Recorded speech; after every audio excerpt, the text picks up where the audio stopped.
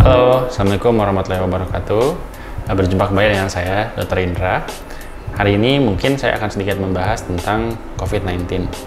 Di mana COVID-19 di Indonesia sekarang sedang mengalami peningkatan yang lumayan besar, dan di Bandung sendiri sudah masuk dalam kategori zona merah. Nah, ini perlu waspadaan dari kita bersama dan mungkin pengetahuan juga ya sedikitnya tentang COVID-19 itu sendiri. COVID-19 itu sendiri yang akan kita bahas ada 4 ya. Yang pertama adalah tentang apa sih itu COVID-19, kemudian bagaimana gejalanya yang akan timbul, kemudian kapan kita harus melakukan pemeriksaan atau screening atau antigen atau PCR untuk mengetahui apakah kemungkinan kita terkena virus COVID-19 atau tidak.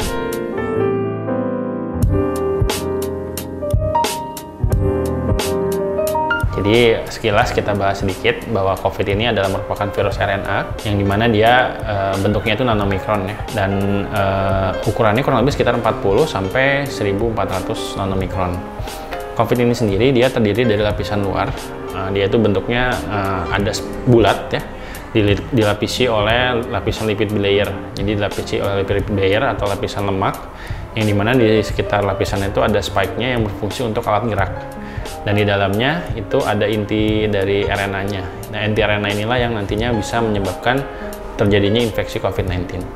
Dan si lipid bilayer itu dia bisa rusak oleh zat-zat yang mengandung alkohol tinggi dan juga klorin. Makanya salah satu pencegahannya itu kita harus cuci tangan dan juga penggunaan misalnya desinfektan menggunakan bahan klorin.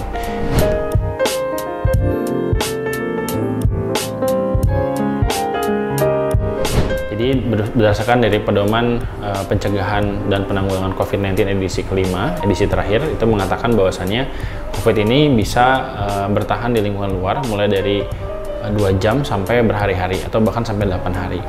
Nah, mungkin sedikit gambaran, itu dia bisa bertahan di bahan yang kayu itu sekitar 2 hari, di bahan yang aluminium juga sekitar 2-3 hari, di bahan yang plastik juga sama, bisa sampai 4 hari.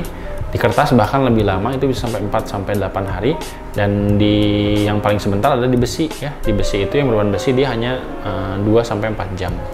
Nah, makanya karena di lingkungan luar itu dia bertahan lama ya, bahkan sampai harian, maka perlu dilakukan yang namanya desinfektan atau pembersihan dari ruangan itu sendiri. Tujuannya apa? Untuk mencegah vektor atau penyebaran virus yang ada di lingkungan kita gitu. Terutama bahan-bahan yang tadi saya sebutkan.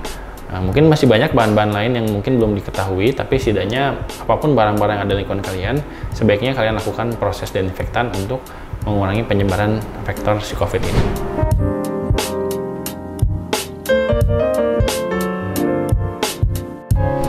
Yang pertama adalah gejala yang paling sering pasti demam.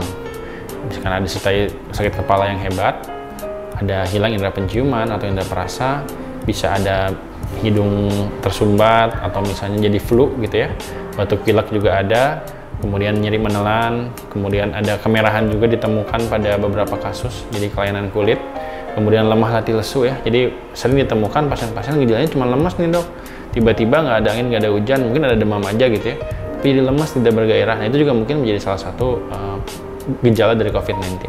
Kemudian yang selanjutnya itu juga bisa menyebabkan batuk-batuk, kemudian sesak nafas.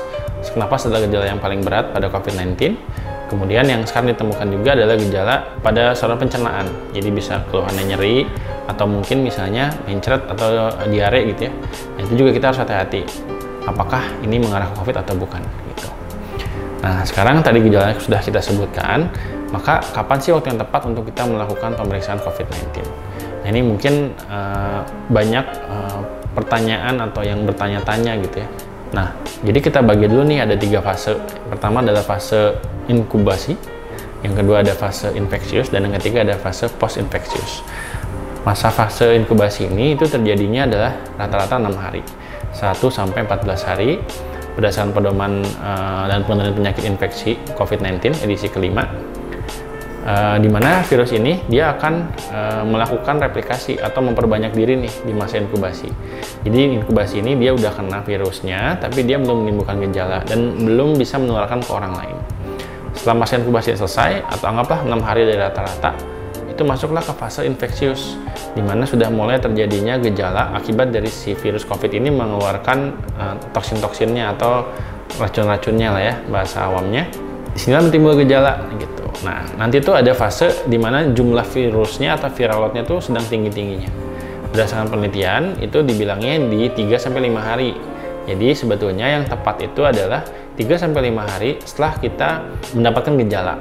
Kalau nggak ada gejala gimana dok? Nah, kita hitung dari kapan kita terpaparnya misalnya gitu. Ada yang terkonfirmasi nih. Nah, terus kita hitung. Oke deh, 6 hari masa inkubasi.